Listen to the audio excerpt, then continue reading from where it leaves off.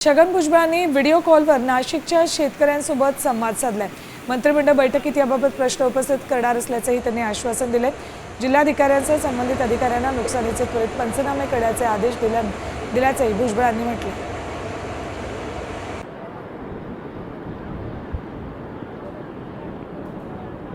नमस्कार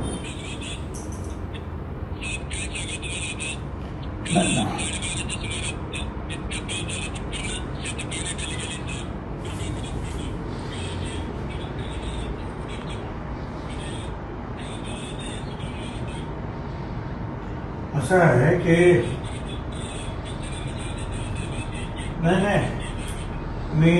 मी कालच जे आहे कालच पंचनाम्याचे आदेश दिलेले आहेत। मला आपल्याला एवढंच सांगायचं, धीर धरा, कारण अख्ख्या महाराष्ट्रामध्ये हा पाऊस कोसळतो आहे आणि मराठवाड्यापासून आपल्यापर्यंत हे सगळं जे आहे पावसाचं एवढं प्रमाण वाढलेलं आहे की सगळे शेतकरी बिचारे जे दुःखामध्ये आहे। मी ते सतत बघतो आहे।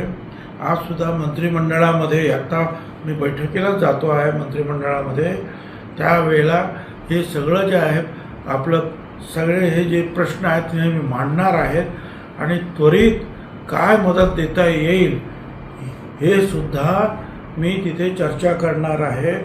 आपण सगळ्यांनी धीर धरा, सरकार तुमच्या बरोबर आहे, तुमच्या पाठीशी आहे आणि तुम्हाला सगळी मदत जी आहे जेवढी शक्य आहे तेवढी सगळी मदत करणार आहे। परंतु एक लक्षात घ्या की हे दुखणं आहे, हे संकट आहे पावसाचं आसमानी, हे अख्ख्या महाराष्ट्राभर आहे, सुरू आहे।